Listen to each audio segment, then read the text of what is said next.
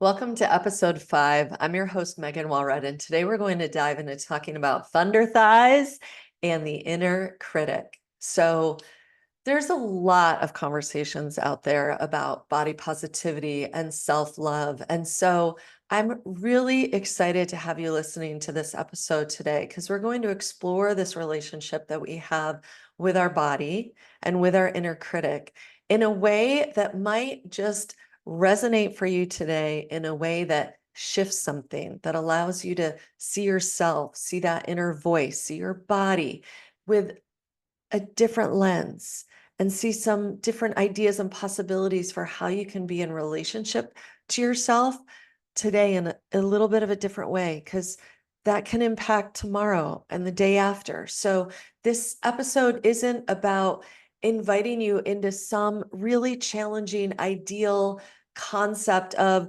unconditional love for those thunder thighs, yet it does offer a doorway into another possibility. So I'm really glad you're here. So, as women, this is not new to you. This is not new to me, but it's worth speaking to again. We have so many expectations placed on us of how we should be and how we shouldn't be. As young girls, from millennial to midlife and beyond, the airwaves are filled with them. And this episode is all about those physical expectations. And there's a no-win situation when we try to live up to these expectations, because it's be thin, but don't be too thin.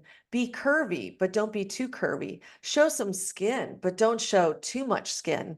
It's that ever lose-lose situation of like, are you the maiden, the Madonna, the virgin, or the whore and the slut? It's like, there's a lose-lose if we're trying to win the game of patriarchal conditioning, and the cost to girls and women when we're constantly attempting to live up to these never winnable expectations. I mean, to the extreme, there's eating disorders, there's body dysmorphia, there's mental health issues, there's suicide, even there's living this limited version of what life has in store for us because we're trying to fit and mold ourselves into someone else's expectations of us. In the not so extreme case, but still really painful and limiting, can be that development of the inner critic, the inner judge that is constantly demanding more of ourselves, constantly seeking out the next product, the next dieting fad, the next workout discipline to develop in order to try to fit into some fantasy of what we think our body will be like, because then fill in the blank, right? Because then what? We'll feel more confident, we'll be more loved, we'll be more lovable, we'll be more irresistible, we'll be able to, keep our mate, attract a mate, attract more clients, have more success. If only we were skinnier, but not too skinny. If only we could fit into those skinny jeans. If only, if only, if only, right? So it's this constant hustling to fit into some unachievable goal that has us sacrificing our sense of self-worth, sacrificing our sense of appreciation and love for our own bodies and selves, and really limiting the enjoyment and the pleasure and the confidence that we can have. And so tap into this for yourself. For me, I'm going to share a story with you about my thunder thighs. That's been a huge part of my body that I've tried to hide for years, that I've judged for decades. And check in with yourself. What's that body part for you that you've just constantly judged? Because that's what happens, right? In an attempt to live up to external expectations, we've internalized that and taken that on in a culture that is obsessed with youth and beauty and has very strict standards of what beauty is.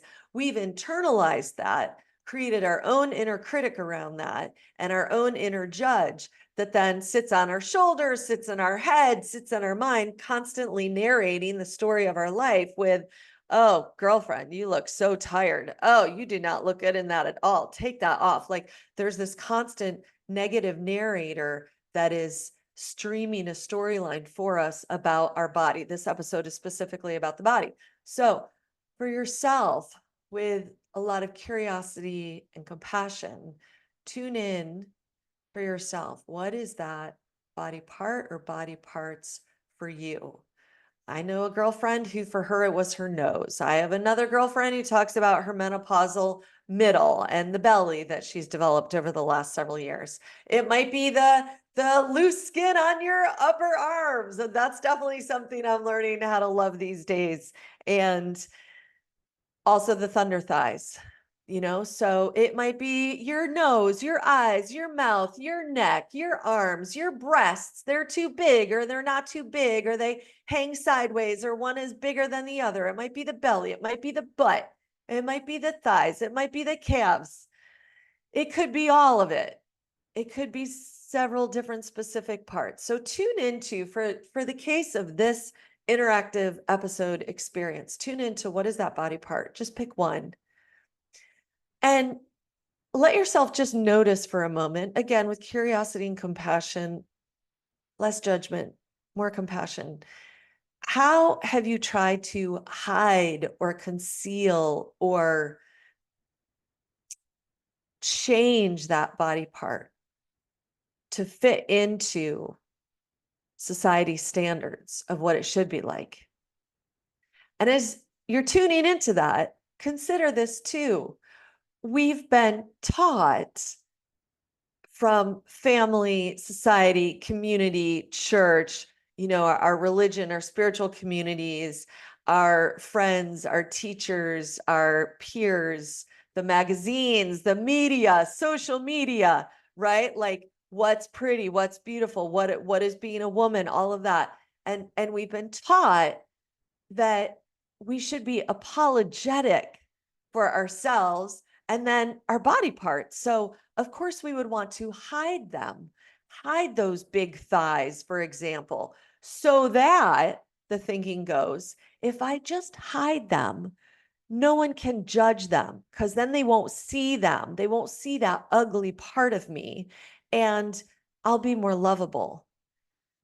And if I hide them, that's my way of apologizing to the world of like, I'll just hide those big thunder thighs so you don't see them because I know it's something to be ashamed of. It's something for me to conceal so that you don't have to have your eyes cast on these big thighs that are just so ugly, right? Like, so you don't have to feel repulsed by something of mine. See, so it just, I mean, I'm saying it with a voice of levity and humor, but there's this ingrained notion about this to be all apologetic, to have all the shame, to do other people the favor of conceal from them those ugly parts of ourselves. And oh, it's so painful, right? Like I spent decades covering up my thighs, wearing pants. In college, I discovered hippie skirts, like, Grateful Dead, Fish shows, wearing the hippie skirts. And I actually had a woman once ask me, it was in a Gestalt psychology class in my master's program after college. And she saw me wearing my skirts and she was like, I used to wear skirts to hide my thighs. I judged them so much.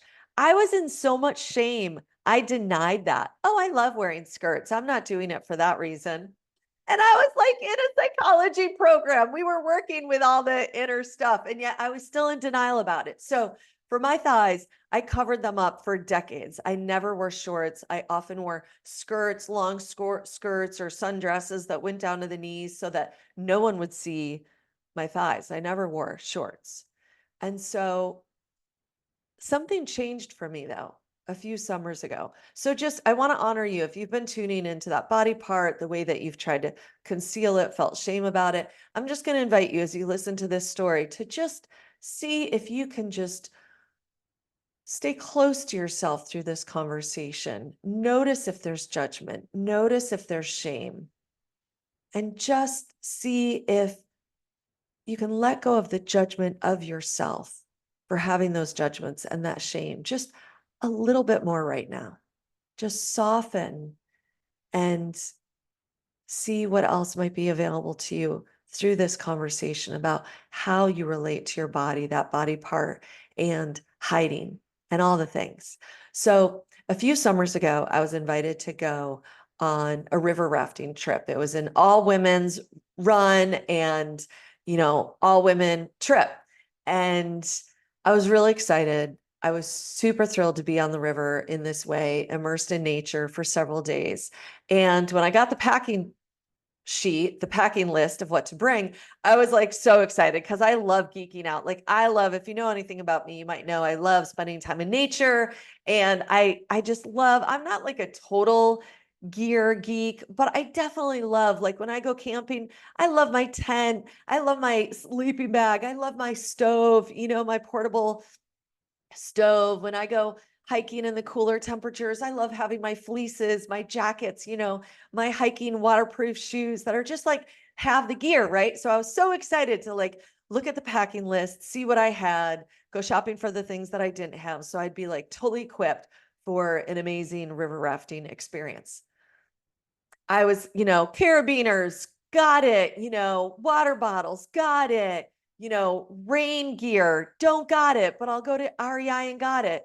And then I came to the line item that was shorts and I cringed.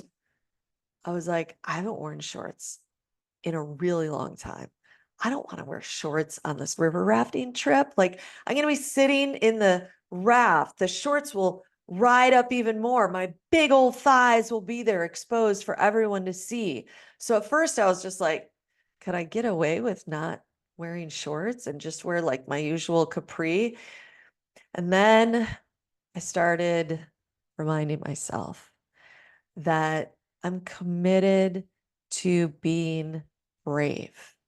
And the vulnerability that I was feeling, the fear that I was feeling, what if instead of trying to do away with the fear, lean into that vulnerability and go in a different direction, though, and lean into having courage to do something different and wear shorts. And I was aware that the conditioning, the patriarchy, was a huge player in my relationship with my body and my thighs.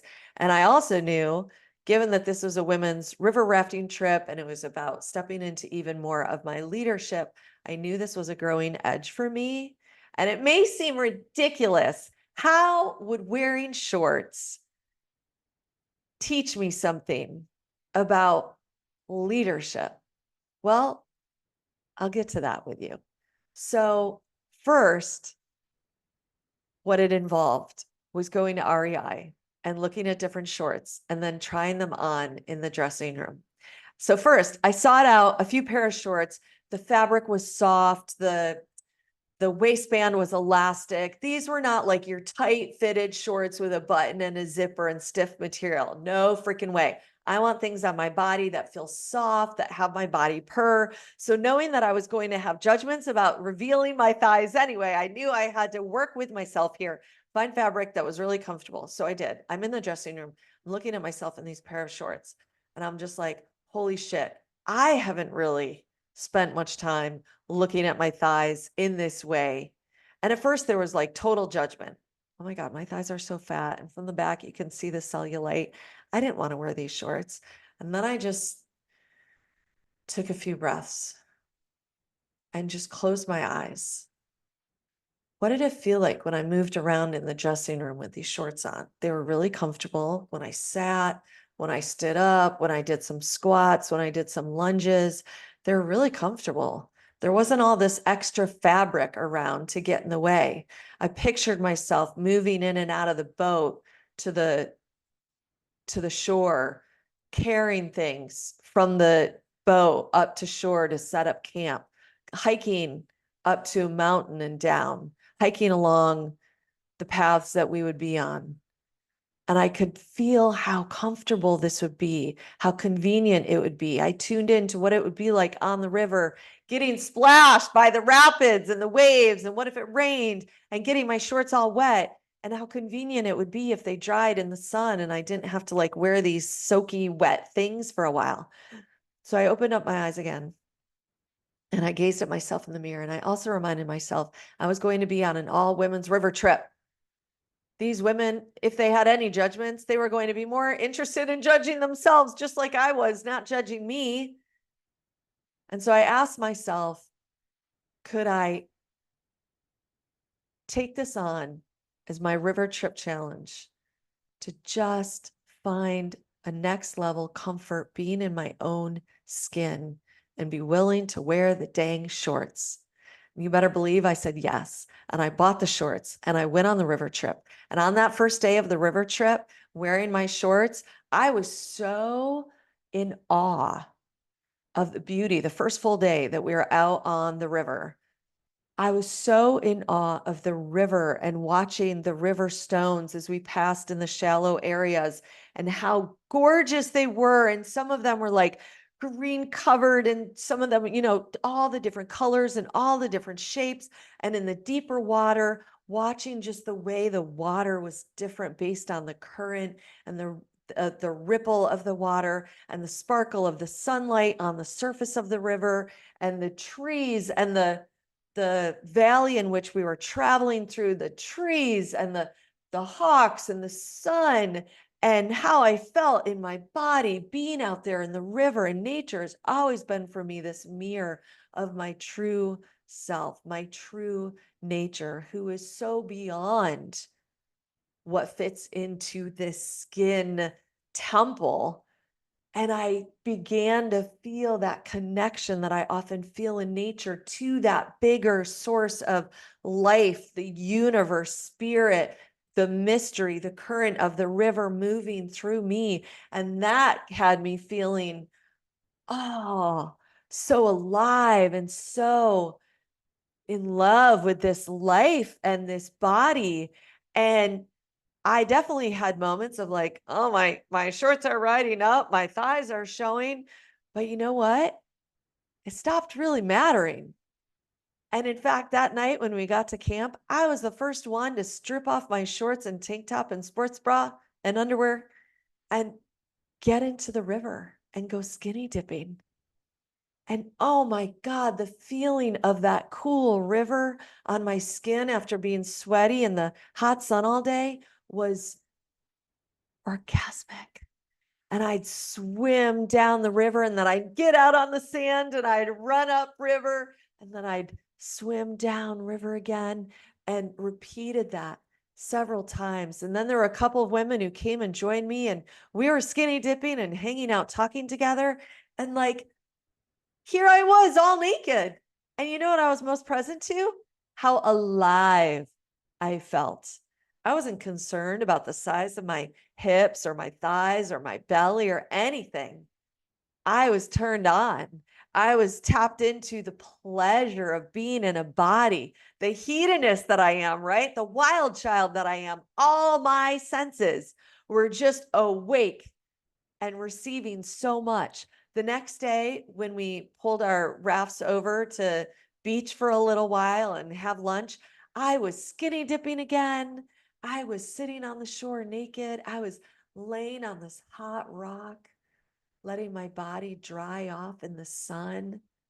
I even had at one point when I was sitting on the sand, a butterfly come and land on my hand.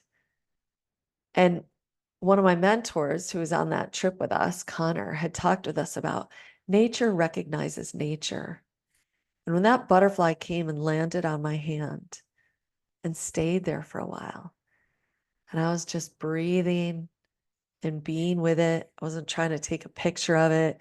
I wasn't trying to show it to anyone else. I was just communing with this butterfly. I knew the gift of that. I knew that nature was reflecting back to me. I see you.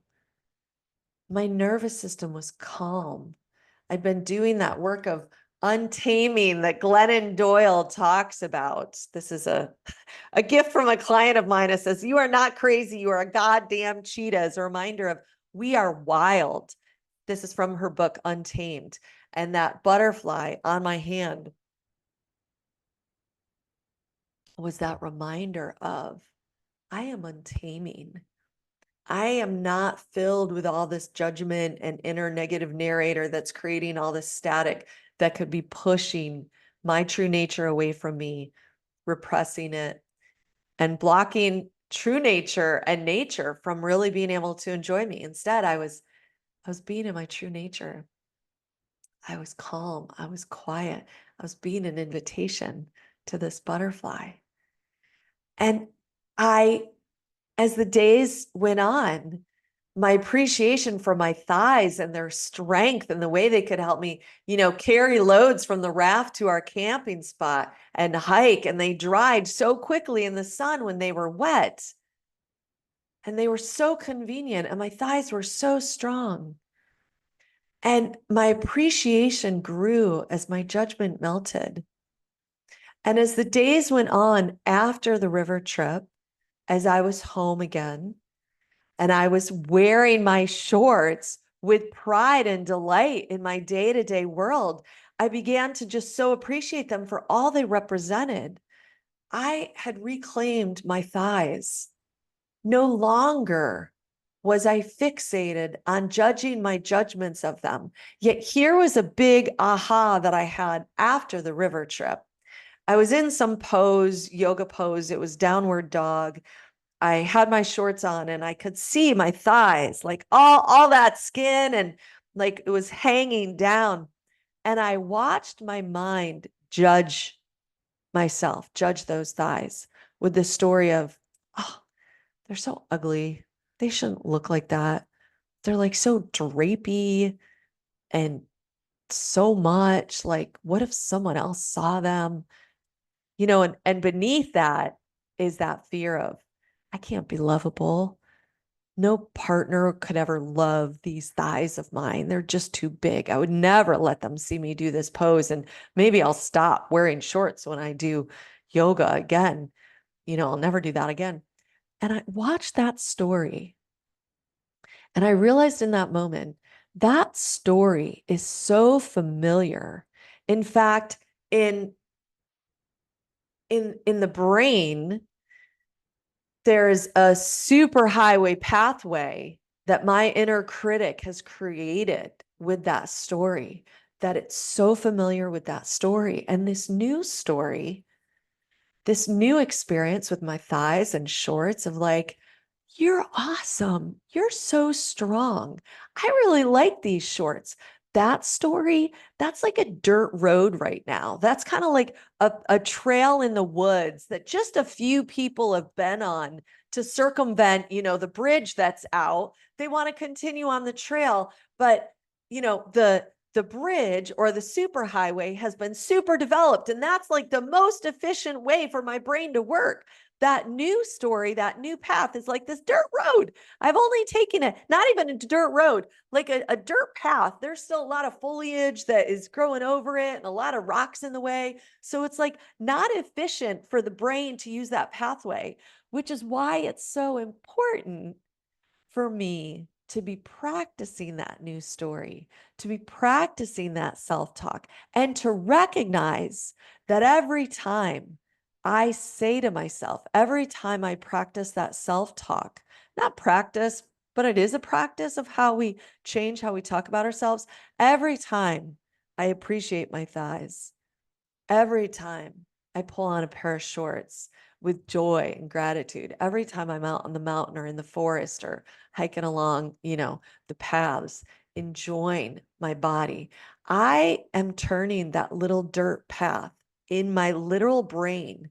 I'm helping widen, deepen it, strengthen it, turn it into a super highway so it will become the stronger path, so that ultimately that will be the default story that my brain is wired to tell myself. Right now, the brain is wired for the negative. So my aha in that moment was, that story's going to be there for a while. The way to break free from it is to stop judging my judgments and to stop judging that story. Because when I can just notice that story, like a cloud passing through the sky, and be like, there's that story again. There's my value vampire. That's what I call this inner critic of mine. And I'm going to unpack more about the inner critic with you in future episodes. I've identified 4 specific inner critics. And this one, the value vampire, she can get really fixated on our value based on one of the ways is how we look in our body. And so I was like, I see you, value vampire, and I'm not going to judge you anymore. I'm not going to judge myself for judging you. And that created this next level of freedom for myself, that I was no longer in a power struggle with the negative narrator, with that inner judge. Instead, I could just see her. I could recognize the story. I wasn't buying into the story. I wasn't trying to prove the story was right or wrong or good or bad or anything. I was just choosing to now turn my attention with compassion and appreciation for my thighs, for my shorts.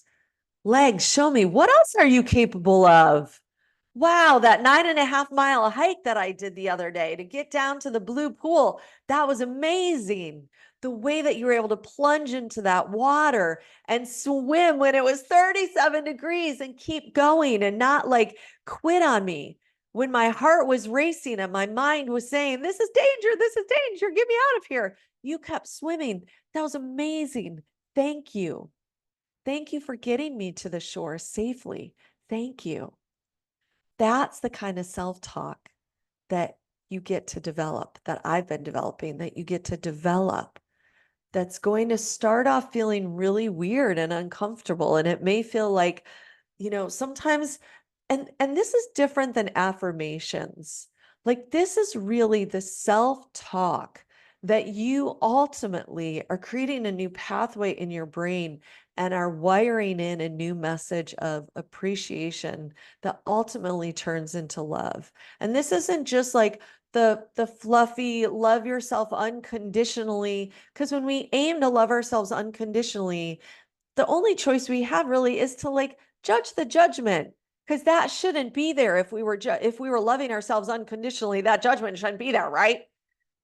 That's one view of unconditional. Unconditional is also like including all of it, even the judgment of the judgment. So I'm just inviting you, though, instead of striving for some ideal utopian way of being in relationship with yourself, just like it'd be trading it in for like how we've judged ourselves or tried to achieve some standard of beauty that culture says is the way to be. Instead of doing that, don't trade that in for striving for some ultimate unconditional love where I'm never going to judge myself. Like, don't strive for that either. Just what if you could stop striving and stop judging the judging and start bringing curiosity to what are 5 things you can appreciate about this body part that you've judged for possibly the majority of your life? And what is something new that you might discover that this body part is capable of over the next week? Like for myself, I love seeing what my body is capable of, like my thighs, like the hikes and the rugged rocks scrambling over them that I had to do to get down to the edge of this blue pool to go swimming. And like the yoga stretches, like what else is my body capable of with the yoga poses? Maybe it's exploring for fun. Oh my gosh, I discovered I could hold the plank pose for 5 breaths, for 10 breaths. And that felt really great. And again, it's not about striving. It can be, yet it's about shifting the whole way of relating to ourselves. And in this exploration of what else am I capable of, it's more about pleasure and play. And so I invite you to take this on as your own home play this week. What is the body part you've been judging? How have you been trying to hide it? What are 5 things you appreciate about it? What might you discover you're capable of when you're not trying to hide or judge that body part? And see what begins to shift for you. And then I invite you to come join our Facebook group, our Live Your Yes Facebook group, a community of women all dedicated to this journey of having more of ourselves, having more of our freedom, our power, what lights us up in life, creating a life that's really rooted from the inside out, untaming from these stories that tell us who we're supposed to be, so that we can actually lead a life that we can only lead and live a life that lights us up. And I talked about feminine leadership and leadership. And how does this relationship with my thighs impact my leadership? And what I discovered through this river trip was so much. I mean, first of all, when you look at how much time and energy is spent, wasted on this inner story of the judgments, hiding the body parts, concealing them, repressing them, battling with that inner critic who's telling us you're bad and wrong. There is so much time and energy and life force energy that is wasted, that is consumed in that conversation, that drains us, that takes us away from actually being the leader of our life and our business, our family, and our community. However you embody leadership in your life, it drains that life force energy.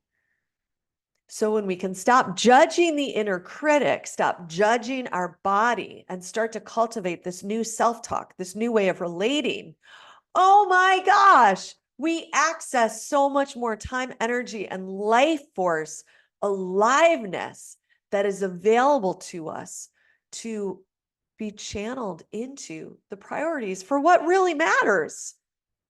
Plus, when we're not allowing,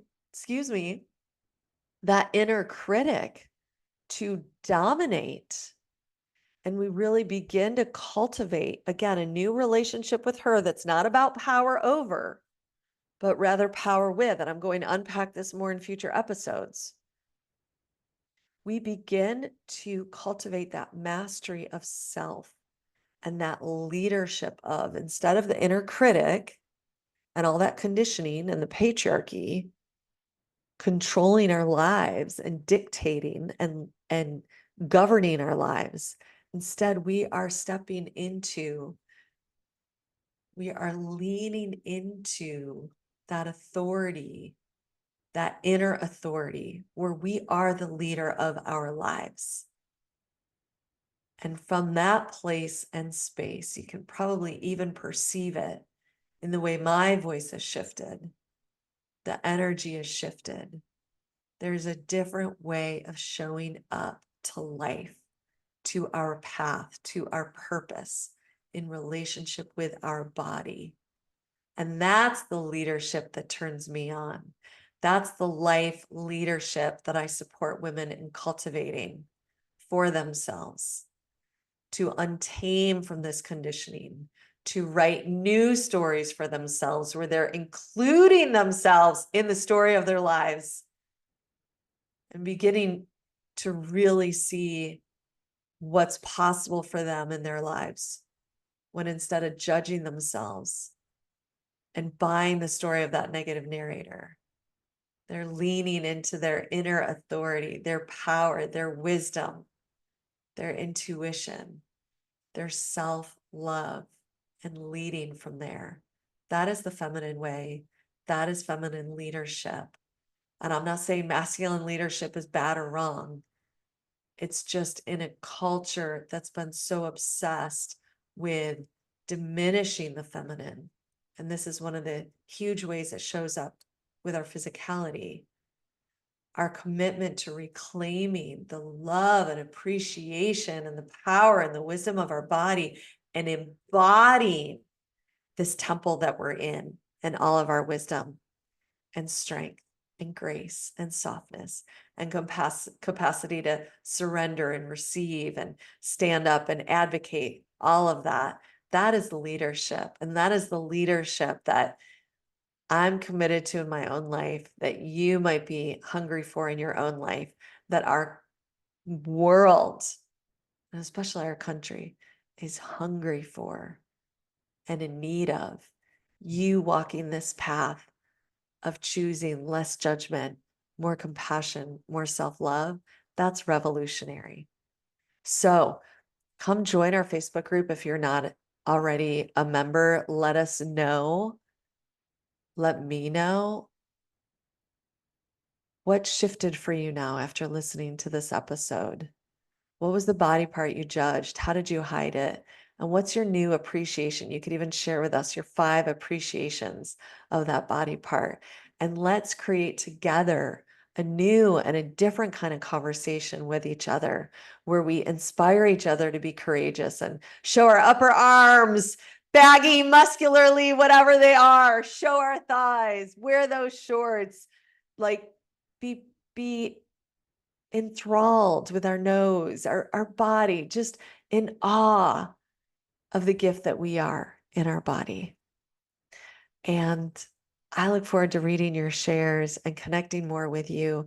Thank you for tuning in to this episode about thunder thighs and the inner critic. And stay tuned for future episodes where we're going to be exploring more about the inner critic, friend or foe, and what else is possible for us now in how we relate to her and ourselves. Thank you for tuning in. Until the next time, be brave. And remember to take your seat as the leader of your life. Bye-bye.